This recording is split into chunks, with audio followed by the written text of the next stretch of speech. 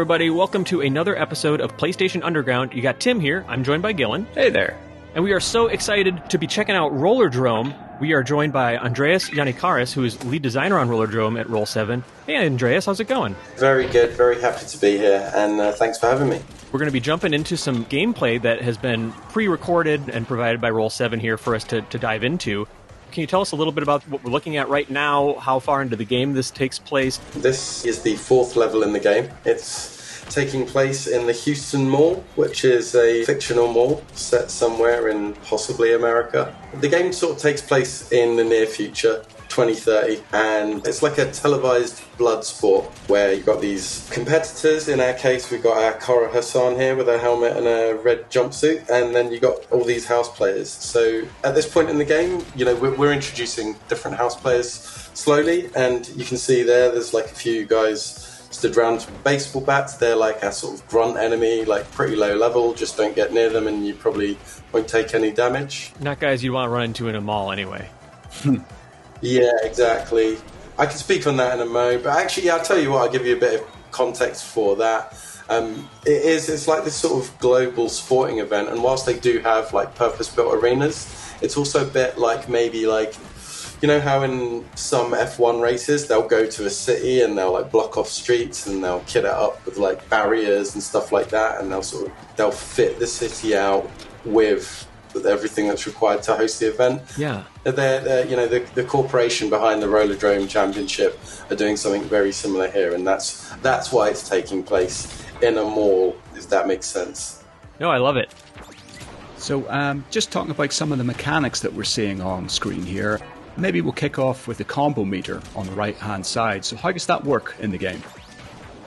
Obviously, all your tricks and grinds and various sort of skating feats will score points. The combo is actually incremented by making kills, right? So you see here, every time Kara makes a kill on screen, that number is going to increment. And so, you know, there's always a timer. You can see like the fill on the number is basically like your countdown before your combo times out and it gets banked. But doing damage to enemies will like kind of top the timer up to keep it going. And conversely, taking damage from enemies will deplete it. So basically, you know, this is just reinforcing all the things we want the player to do. We want them to damage and kill enemies to get the combo. We want them to do tricks to get score. And we want them to avoid taking damage. And if they do all those things, they're going to get big scores, big combos, and perform well. That's going to bear, you know, you're going to... Within the fiction of the sport, it was a good run. Got you. That's cool. And obviously, as just keep moving seems to be the thing as well. We're seeing some dodges, and is that reflex mode as well? Can you talk a little bit about that? Yeah, certainly can. So, like, you know, it's a very fast-paced game. Skating games generally are. There's a lot of forward momentum, and we want the player to always keep moving. Otherwise, they're going to get hit. They're going to get hurt. So the reflex mode is there for a couple of reasons. One, it lets players kind of bring the game down to a speed that's manageable, especially as the game progresses. Things can get really hectic. And it can be hard to sort of manage everything that's going on screen. And also, slow-mo is really cool. Yeah. And it makes for some really sort of cinematic type moments. So dramatic.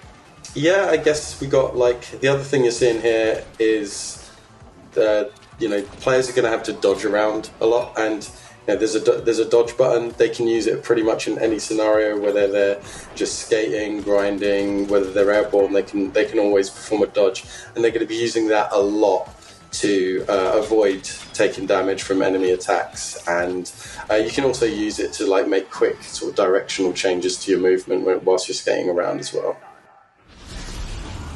We've jumped to another level here. So where are we now in terms of arenas?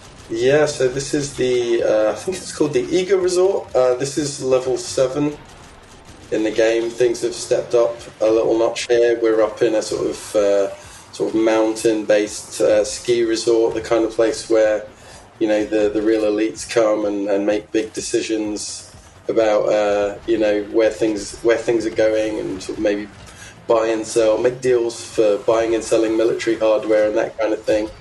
And this has been one of the places that Matterhorn have kitted out for part of the contests, and to sort of demonstrate the might of some of their beefier toys. You can see, like a moment ago, we had that robot, the Mecha Brute, which is equipped with flamethrowers and rocket launchers and such. And looks like you have to switch up your own weaponry to try and down it. Very much so, yeah. So like every enemy in the game has been sort of designed, obviously to be cool and to be satisfying to take down, but to pose different threats to the player, and get the player to play in different ways, to move in different ways, and to use different weapons for the task at hand. You can see this player in particular, they switched to the grenade launcher when they were trying to take out that Mecha Brute. And the advantages of that, for instance, are that the grenades do they splash damage. So you can like damage both flamethrowers simultaneously with a single shot, whereas like pistols are less effective, or the shotgun's going to do damage, but you're going to have to rattle off a lot of shots before you're going to be able to take those weapons out. That's awesome. I am a big sucker for some beefy splash damage. Well, I know that we are about out of time here, but Dre, I want to say thank you so much for joining us on PlayStation Underground and checking out Rollerdome here. I know we don't have long to wait. The game's going to be out on PS4 and PS5 on August 16th. That's right.